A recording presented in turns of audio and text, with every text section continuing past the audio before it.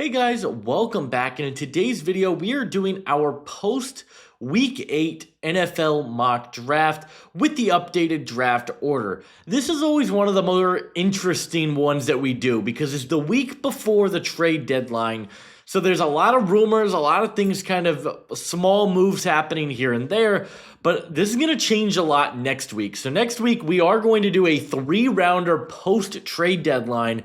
Before today, we are doing just a 1-round mock draft, and I'm excited to get into it. The Jets finally got a win, so they're not at number 1, and there are going to be some fun storylines to discuss. But before we get into it, be sure to hit that like and subscribe button. Really helps me out, lets me know you guys are enjoying the videos. Comment down below who you think I'm too high on, who you think I'm too low on, and be sure to hit the link in the description below for access to my full NFL draft guide with over 450 prospects.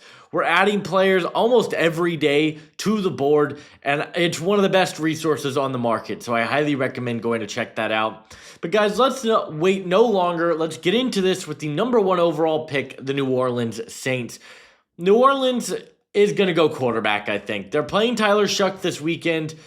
Shough got in the second half of the last game. He looked okay, but I don't really think that they're going to pass on a quarterback right now, especially when you've got a guy like Fernando Mendoza on the board.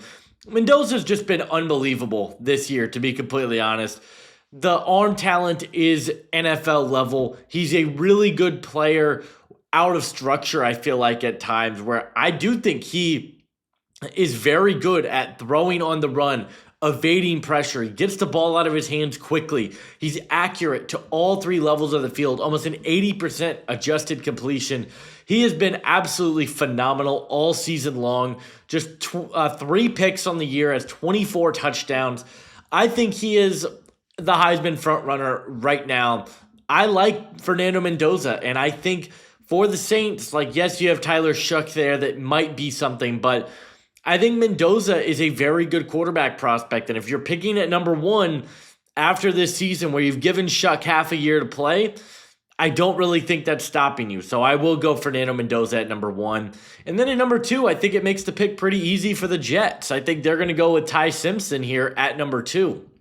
Simpson had what I would say was probably his worst game of the year against South Carolina, but he is still putting up ridiculous numbers this year. 76.6 adjusted completion percentage. That's 3rd in the country. He has been really accurate with the football. He is a great decision maker. Another guy that I think has a good NFL arm, but his decision making is excellent. I think he's an okay athlete out of structure. He's got a good deep ball, throws with a tremendous amount of touch. And for the Jets, Fields had a good game. They played the Bengals defense, so I'll take it with a grain of salt. I still think the Jets are going quarterback here. I think those are right now the top 2 quarterbacks in the class. I think Mendoza and Simpson, really any order, I still like Mendoza better. I think he's got a better arm. He's bigger. We've got more of a sample size. I'll take Mendoza and Simpson at 1 and 2. And I think the draft really starts at number 3 for the Titans. We're not doing trades in this one. Maybe we'll start incorporating trades here in a couple of weeks because this is a trade down spot for a team like the Raiders, maybe the Cardinals, that want to come up and jump the Browns and Dolphins for a quarterback. If I'm the Titans, that's the route that I would want to go. But I don't think, since we're not doing trades here, they're going to stay put, and I think they have to go best player available. That to me is Ruben Bain. He's back again, had a phenomenal game against Stanford, didn't have any sacks in this game, but he was everywhere, and he really made life difficult for the Stanford offense. He's just the best pass rusher in this class, almost a 30% pass rush win rate, which is absolutely nuts, 39 pressures on the season. He is every bit as good as advertised. He can create pressure at a ridiculously high level. He's a very high floor run defender. I think you could even kick him inside. And for the Titans, their defensive line got absolutely embarrassed this weekend against the Colts. And I know they were without Jeffrey Simmons, but to me, that's all the more reason to invest in this group, because if you're missing Jeffrey Simmons, this is a really lackluster defensive line. I think Ruben Bain is the best player in the draft class, and I don't have Tennessee going back to the Miami well and taking Ruben Bain at number 3. At number 4, we got the Cleveland Browns, and I think this is the week that I'm going to go back to taking a quarterback in Cleveland, and it is going to be Dante Moore, another guy that just didn't have the strongest week against Wisconsin. I think he got banged up in this game. I could be mistaken, but I really like what Dante Moore can do. He's just another one of these really smart quarterbacks. I think all three quarterbacks in the class, the one thing I'll say about all of them is they are all fantastic decision makers. 6'3", 206 pounds. Dante Moore is a guy that has excellent arm talent. He has the wheels to make plays with his legs. He's a good decision maker, and he's great in the short to intermediate areas of the field. The pressure, you want to see him feel pressure a little bit better. He has struggled under pressure at times. But for Cleveland, I think you have to take your franchise quarterback. I think Dante Moore could be that guy for you. It doesn't look like they want to play Shedeur Sanders, and Dylan Gabriel just doesn't look like the answer. So we'll go Dante Moore at number 4. At number 5, we got the Miami Dolphins, and this is where I think we are going to change it up because I feel like we've gone a number of ways for the Dolphins. This is another team that I think would be a natural trade down spot because I don't really think they're going to go defensive line, and I think that's the best position group available. I think Arvell Reese is very interesting here. I'm not going to go that route. I think they could look receiver, but I'm going to go back to the offensive line, and I'm going to take Francis Mauigoa. Keep him in Hard Rock Stadium. I'm moving him to guard more than likely in this scenario because Jonas Avainaya has been so bad at guard for this team. And when I look at Miami, I like what we've seen from Patrick Paul. I think he's shown good positive development. Austin Jackson, I think, is an okay, serviceable right tackle. I think you could probably play Mauigoa there, and he could be very good. That's where he plays at Miami. You know he can pass protect really well. I think he's got good footwork. I think he moves well laterally. But I love what he does athletically as a run blocker. But I also think you could kick him inside to guard, and he could be very good in that role also. Kind of think of him more of like a Robert Hunt type of player. I like Francis Mauigoa, and if I'm Miami, I have to continue to build up the trenches. I think Mauigoa at number 5 makes a ton of sense. At number 6, we got the New York Giants. I am sprinting the card in and taking Jordan Tyson. He's the number 1 receiver in this draft class. I know he missed last week, but just there aren't many weaknesses in Jordan Tyson's game. And on my big board, I still have him as, what do I have him? As my number 4 prospect in the class. I absolutely love everything that he can do. I think size, speed, route running, hands, ball tracking, physicality. He checks every box that you're looking for in a number 1 receiver. And you pair him with a guy like Malik Neighbors, who also checked a lot of those boxes. You get Cam Scatterbo back. You got Jackson Dart, who's been playing well. This offense all of a sudden looks very formidable and looks like they could be a problem for the rest of the league. So I'm not overthinking this. If I'm the Giants, I'm taking Jordan Tyson, and I feel very good about my day 1 if I get Tyson. At number 7, we got the Baltimore Ravens. Another really easy pick for me here. I'm going to take Arvell Reese. I think Reese, every time we pull this up, I don't love the PFF grades because I don't think they're reflecting how good Arvell Reese has been. His speed to the ball is phenomenal. And as a downhill thumper in the run game, and even using him as a pass rusher, which Lord knows this Ravens team needs more pass rush, Arvell Reese is going to be an absolute stud for this team. He can get after the quarterback. He's so powerful. He's so good at getting off of blocks. But you also just pair in his elite athleticism sideline to sideline. And I think there is some promise there for him in coverage. So if I am the Ravens, not only do I have a need at linebacker, but I have a need at pass rush. I think that Arvell Reese can fill both of those needs. And I got Arvell Reese going at 7 to Baltimore. But it doesn't look like Arvell Reese will be mocked to Baltimore for much longer because they got Lamar back. They should start winning games here very soon. At number 8, admittedly, this is the toughest pick in the draft for me because if I am a Raiders fan, I think every position on this team outside of running back and tight end are needs. I think this team could go right tackle and take Spencer Fano. You could even, if you want to go a different route here, take Caden Proctor, get some more size on the line, but I don't really like that.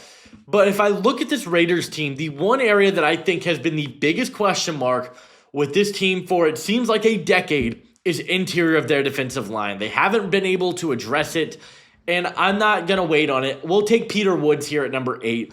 I still have Peter Woods as my number 3 prospect in the class. And I know a lot of people are going to say he's having a down year because Clemson hasn't been good. And it's just not true. He's still a absolutely phenomenal run defender. He's incredibly explosive and athletic. And yes, the pass rushing production has gone down for Peter Woods this year. But what he brings in the run game for you, and even the flashes he can show as a pass rusher, are worth investing in the top 10. I think this is an elite defensive line prospect on that level of like a Jalen Carter, a Mason Graham. Like, I have similar grades, feel similarly about Woods that I did those players. I'm taking Peter Woods at number 8, which makes the pick at number 9 very easy. Shout out to the Cardinals. They've been wanting a right tackle here, and they finally got one to fall to them. We will take Spencer Fano here because this team has not been able to run the ball the way I think they want to run the ball. Spencer Fano is the best run blocker in this draft class, and since that Texas Tech game, he has been on a really good trajectory the last couple of weeks. Played well against Colorado, played okay against BYU. Maybe you want to see a bit more. Awesome against Arizona State. He is just an absolutely phenomenal athlete. I think he moves incredibly well. He's a fluid athlete for the position. He's got good hands. The anchor is where you worry about him. You do have some questions in pass protection, but what he brings in the run game, I love. I still think he's a top 10 player in this class. I have Spencer Fano at my number 7 prospect. And for the Cardinals, a team that need to upgrade that right side of the line, I think Fano is a really good fit for them. So we'll go with Fano at number 9. At number 10, we got the Bengals. Man, I think they could go every position on defense, but linebacker, I think they could go offensive line. I really do. I like the idea of Caden Proctor here because they love size on this line, but I am going to go Caleb Downs. It's the second week in a row that we've taken Caleb Downs to Cincinnati. They have been so down bad at safety since they lost Jesse Bates. Caleb Downs is worth a top 10 pick. The speed to the football, the athleticism, the coverage, the run defense, such a sound tackler, such a high IQ, high floor player for the safety position. I think he can do a little bit of everything for you. I'm going to go with Caleb Downs at pick number 10. At number 11, we've got the Washington Commanders. The secondary showed some moments last night. I like what you're seeing from Trey Amos. Marshawn Lattimore made a play, so you like that. I'm not going to go receiver because now you got Debo back. McLaurin played phenomenal. I like what they're doing with Luke McCaffrey low-key. So I'm going to look to go with an interesting route here. We're going to go an edge rusher because I think pass rush is a big need for this team. The question is, do I want to go TJ Parker? Do I want to go Cassius Howell, who I think is just an absolute stud? Or do I want to go with Keldrick Folk? And I like Folk. He's coming off of not a great game. The sack production's down this year. He's still getting pressure. David Bailey, I like, and I think that Dan Quinn would really like him as well. But is this high for a guy that has questions as a run defender? TJ Parker, I'm going to go TJ Parker. I still like TJ Parker. Like, if I'm ranking my edge rushers, I have TJ Parker as my number 4 edge in the class. Bailey's number 3. Folk is number 2. I think that's probably going to change for me here soon. But TJ Parker, I think, gives you a little bit more speed to power, and that's something that I think that Washington needs. Power from your pass rushers. I like TJ Parker for that. I think he can get after the quarterback. He brings a higher floor as a run defender than at least Bailey does, but I think he gives a higher floor as a pass rusher than Folk does. So I'll go TJ Parker at number 11. At number 12, we've got the Los Angeles Rams here. Very interesting team to draft for. I'm going to go with Caden Proctor here for them at number 12. I like the idea of Proctor on this team because they've been running a lot more power as of the last couple of years. Caden Proctor is an awesome power scheme concept type of run blocker. And if you move him to guard, I think this is a guy that can give you what Mekhi Becton gave to Philadelphia last year. I think that's the type of player he is. I think as a tackle, it's a disaster. I wouldn't touch it with a 10-foot pole. But if I'm moving him to guard, I think there's some potential for Caden Proctor to really play well and have some potential to make a move there. So we'll go Caden Proctor at number 12. I really like what he's been doing as of late. At number 13, we've got the Minnesota Vikings. A very interesting pick here for me. I think Jeremiah Love is very much in play for this team. Aaron Jones, older. I don't want to rely on him. And I think Jordan Mason's a great number 2, great short yardage back. Jeremiah Love, what he does in the catch, explosive. I think he's phenomenal in the open field. He's got great range, great speed in the open field. You know, I'm changing it up from my notes a little bit. We are going to go with Jeremiah Love here at pick 13 because I think the speed element that he brings, you can't teach that. And that is something that I think this team absolutely needs. They haven't been able to run the ball as effectively as I think they would like to. Now, you could probably attribute some of that to the fact that I don't really like the offensive line right now. It's been very banged up, but Jeremiah Love to me is a first round top 15 running back prospect. I'm going to take him to Minnesota at number 13. Here at pick 14 for the Texans, I don't think the board could have fallen much worse for Houston because I think it's too early to go with one of the other tackles in this class. They don't really need receiver. They don't really need an edge. They don't really need secondary. So if I'm looking at the board here, I kind of think they go interior their defensive line since we're not doing trade backs. I'll take Amari Washington from Oregon. Now, admittedly, I think this is very early for Washington. I have Washington as my number 29 player on my board, but Houston has struggled this year to defend the run. I think that has been the number one, like something that has been a bit of an issue for them at times. They haven't been as good against the run as they have in previous years. Washington is a bit bigger than the typical DeMeco Ryans defensive tackle, but his explosiveness is phenomenal. I think he has the potential to really develop something as a pass rusher. Just a 5% win rate right now, but I think there's potential there for it to get better. The traits are all there for him, and I love what he does as a run defender. So I would have gone Jeremiah Love. I would have gone Caden Proctor. I think it's early for a guy like Isaiah World or Caleb Lomu. So yeah, I'll have them go Amari Washington at number 14, who's been generating a lot of buzz in the draft community as of late. At number 15 for the Dallas Cowboys, very interesting spot here. I think they could go secondary. I do. But I am going to go Keldrick Folk for this team. Another team that has struggled to stop the run. There's no secret about it. Keldrick Folk to me is still the high floor run defender that you want him to be. And I think he gives you stuff as a pass rusher. He's got moves. I think he's got power in there. I think he can win as a pass rusher at the next level. You want to see him convert more of these pressures to sacks, but I do think Keldrick Folk, he's still a top 10 player in the class to me. I'll have him going at 15 to the Cowboys. At number 16, we've got the Carolina Panthers on the clock here. I think they are going to go. I don't love the receiver room in Carolina, if I'm being completely honest. Xavier Legette has not taken the next step that you want to see him take. I think this team is going to go receiver again. The third year in a row that the Panthers are going to take a receiver. I like Jalen Coker in the slot, so I actually am going to go Carnell Tate here for them at pick 16. Very interesting one, a move I haven't seen very much, but he has been awesome this year. The speed that he brings is really impressive, but his body control, the stop and go ability, the ability to take the top off defenses, he's been really impressive for me this year, and I really like Carnell Tate as a player, a guy that I did a video a few weeks ago asking a question if he was overrated, and he has gone on a tear since then. Really like Carnell Tate, and I love his fit for Carolina as a number 2 opposite of Tet McMillan. You got Jalen Coker in the slot. You can play Legette as a deep threat, but I think it adds a little bit more. I don't love the pass rushers for this scheme. I like what we've seen from Scorton. Secondary, they could go. All the corners are on the board, but I kind of like the value a little bit more here, so we'll go that. We'll go with Carnell Tate at 16. At number 17 for the Bears, I'm going to go again probably to the defensive line. I like David Bailey or Cassius Howell a ton, but they're not really Dennis Allen type of guys. I am going to change up my notes again here.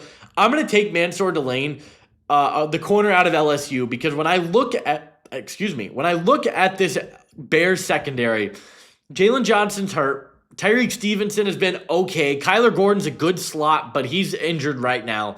They are banged up, and the lack of depth in this secondary is really, really showing. I think it's a very good pass rusher class. You can go get another pass rusher on day 2 that I think can give you real reps. Mansour Delane, I think, is every bit a first-round corner. He has been awesome this year, so locked down in coverage. Had some struggles against A&M, but I still think he is a top 20 guy in the class. Where do I have Delane on my board? I have him at number 13, so I think the value is excellent here. We'll go Mansour Delane at pick 17. At pick 18 for the Browns, we took Dante Moore at pick 4. I am going to go with a wide receiver here because I really think the value on tackle. Now, it's funny because I'm going to say this, so I'm going to take a tackle with the very next pick. I just am not in love with the idea of going tackle here at 18. Like, I really like Isaiah World. Don't get me wrong. Like, I think Isaiah World is probably the next best tackle in this class. He just hasn't been all that great this year. He's allowed 6 pressures. He was good against Penn State and Rutgers. They don't really have a lot of great rushers.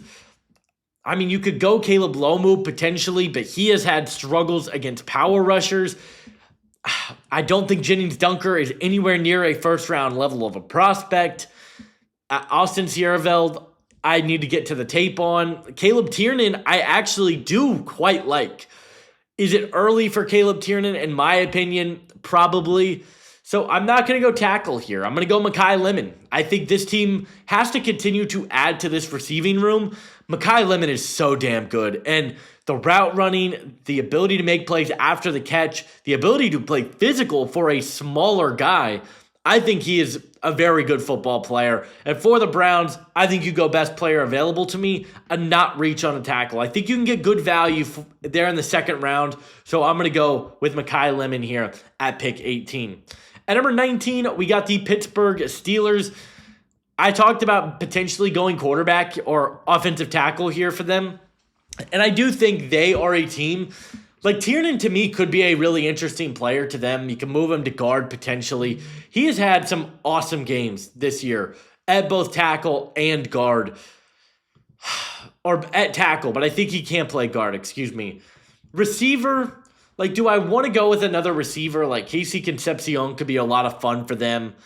Could they go like a Denzel Boston, who's been excellent?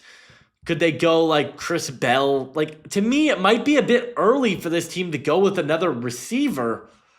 I don't want to go pass rush to them. I don't think the value on interior is very good. And they drafted Derek Harmon last year.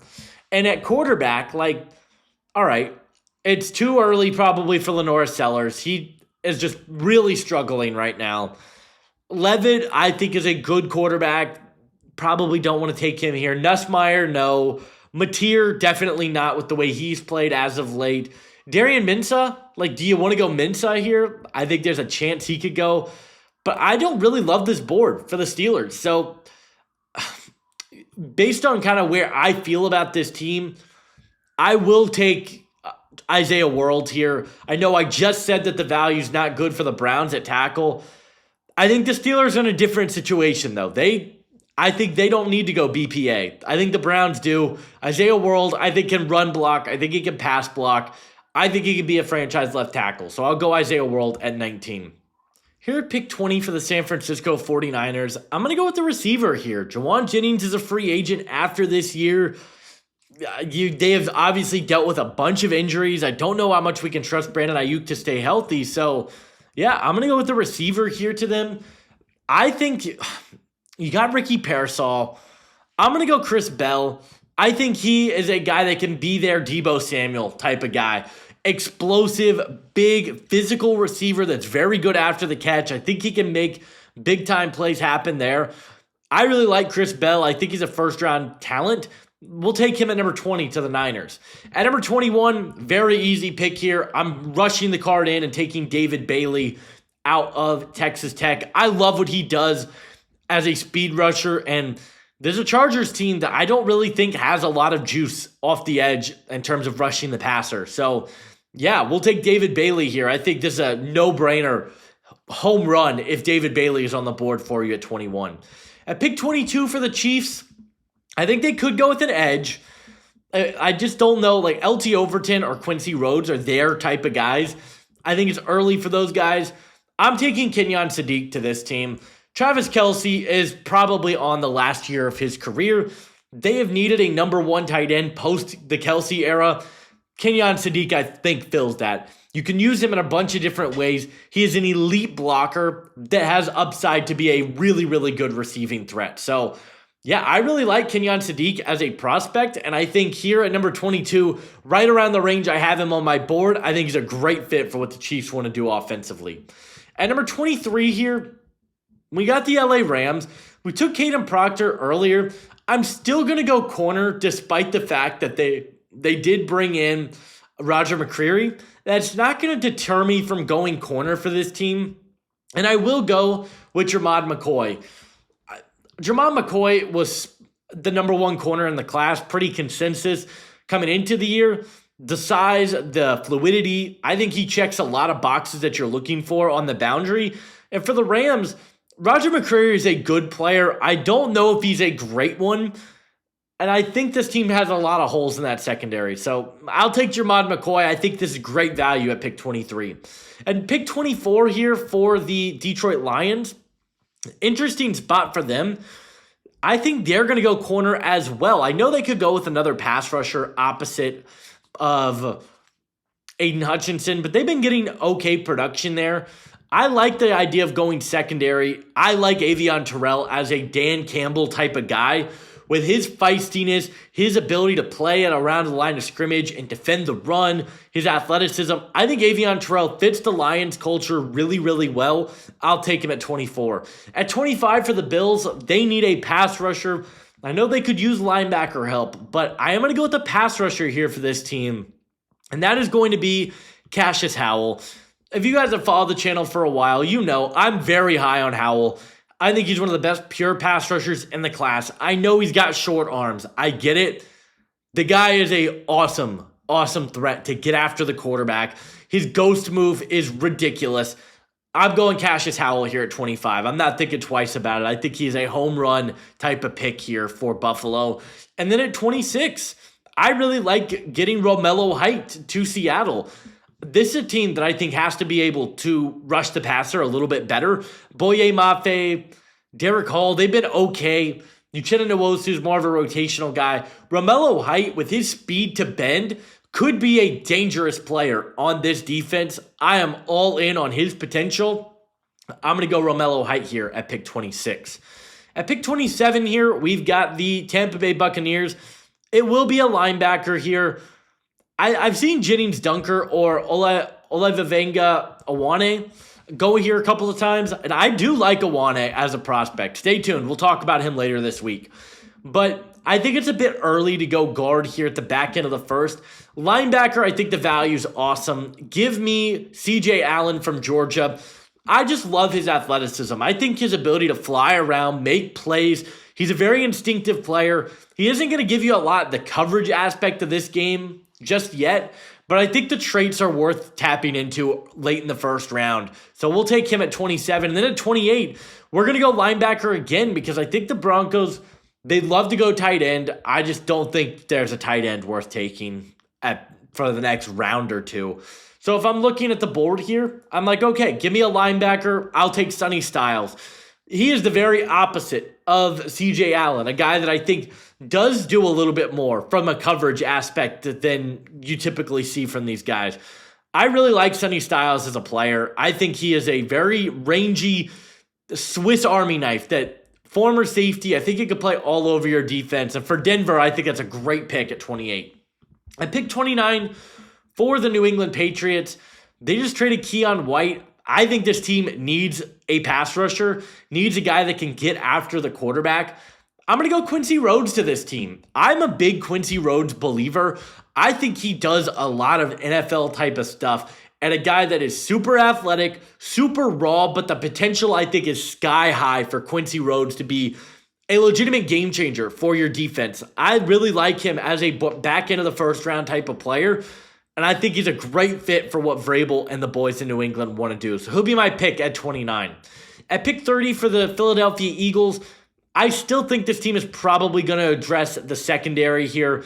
Give me Colton Hood. I just think he can play in all over your defense. If you wanted to play man, I think he can do that. If you wanted to play zone, I think he can do that. He can play off. He can play press. Not the greatest athlete in the world, but I think he's a serviceable one. He is a really good cover corner that I think can be opposite of Quinyon Mitchell. You can move DeGene into the slot. I think you've got a great long-term young trio in that secondary. I'm going to take Colton Hood at pick 30. At pick 31 here for the Dallas Cowboys, Keldrick Folk was our pick earlier. So corner is probably where I think this team would be looking. You'd look in the secondary. Maybe you go linebacker if you want to take Anthony Hill Jr., who's been playing incredible the last few weeks. But I don't think I'm going to go Anthony Hill in the first round. I think I will take a corner here, and it will be Chris Johnson. I love his fit in Dallas. I think as an off-man corner with athleticism, Chris Johnson is an awesome fit for this team. They need help in the secondary, and I don't think Trayvon Diggs is going to be here after this year. So give me Chris Johnson at pick 31. And then to finish it off, my Indianapolis Colts at pick 32. They just keep winning. It's incredible to see. I think they are going to go with another pass rusher here. I think more than likely looking for some guys that can just get to the quarterback. I'll go R. Mason Thomas here. I really like what he can do. His speed to power is phenomenal. A guy that has 5 sacks on the year. He's a guy that I think could be a game changer. Opposite of Laiatu Latu. No, he's not a great run defender, but Kwity Paye can defend the run. Laiatu Latu can defend the run. I like the interior. I think this is a team that would be very well suited to take a good pass rusher towards that back end of the first round. But that's going to do it for this video, guys. Let me know, which picks do you guys agree with? Which ones do you disagree with? Comment that down below. Leave a like on this video. Subscribe if you are new, and I'll see you guys in the next one. Adios.